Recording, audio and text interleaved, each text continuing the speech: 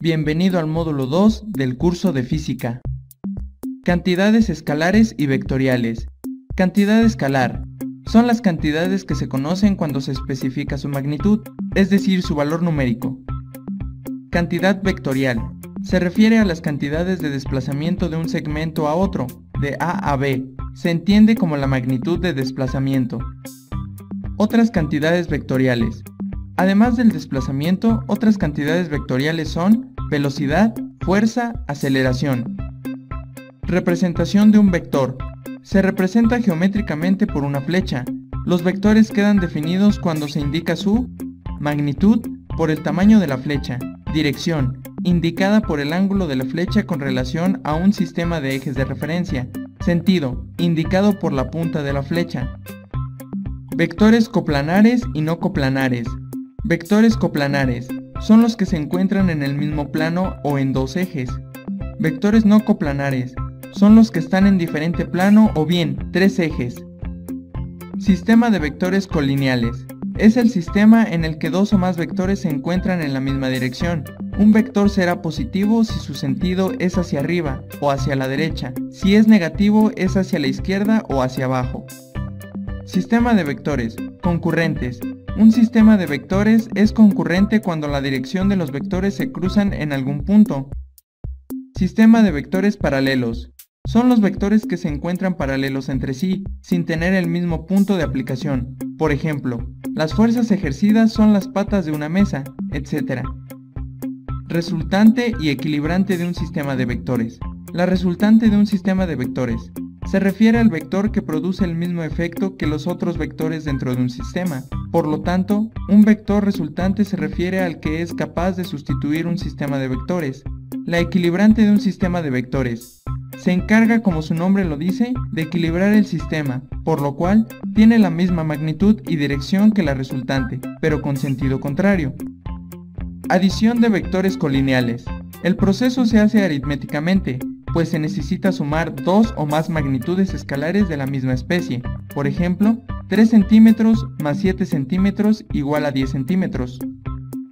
Adición de vectores no colineales. Son dos métodos para sumar estos vectores, el método gráfico y el método analítico. Se emplea como herramienta de trabajo, fórmulas, juego de geometría y calculadora científica. El método gráfico presenta dos formas distintas de solución: método del polígono, método del paralelogramo. Método del polígono, gráfico. Sirve para sumar más de dos vectores concurrentes en forma gráfica. Consiste en trasladar paralelamente a cada uno de los vectores sumados. Así, al tomar uno de los vectores como base, los otros se colocarán uno a continuación del otro, y así sucesivamente. La resultante será el vector que una el origen de los vectores con el extremo libre del último vector sumado. Su sentido será dirigido hacia el extremo del último vector. Método del paralelogramo, gráfico. Este método se usa cuando en forma gráfica se suman dos vectores concurrentes. La resultante de los dos vectores es representada por la diagonal del paralelogramo, dibujado con los dos vectores como lados adyacentes y dirigidos desde el origen de los dos vectores. El método analítico presenta tres formas de solución: método del triángulo rectángulo, ley de los senos y la ley de los cosenos, método de descomposición de sus componentes fx y fy. Método del triángulo rectángulo, analítico. Es cuando dos vectores se suman y al sumarse se forma un triángulo rectángulo. Para calcular la magnitud resultante se usa el teorema de Pitágoras. La estática. Es la rama de la física que estudia las fuerzas en equilibrio. Definición de equilibrio. Es cuando la suma vectorial de las fuerzas que actúan sobre un cuerpo son igual a cero. A esto se refiere que un cuerpo está en equilibrio. Condición de equilibrio traslacional. Cuando un cuerpo está en equilibrio, puede estar en movimiento rectilíneo o en reposo. Sin embargo, se puede modificar si se aplica una fuerza.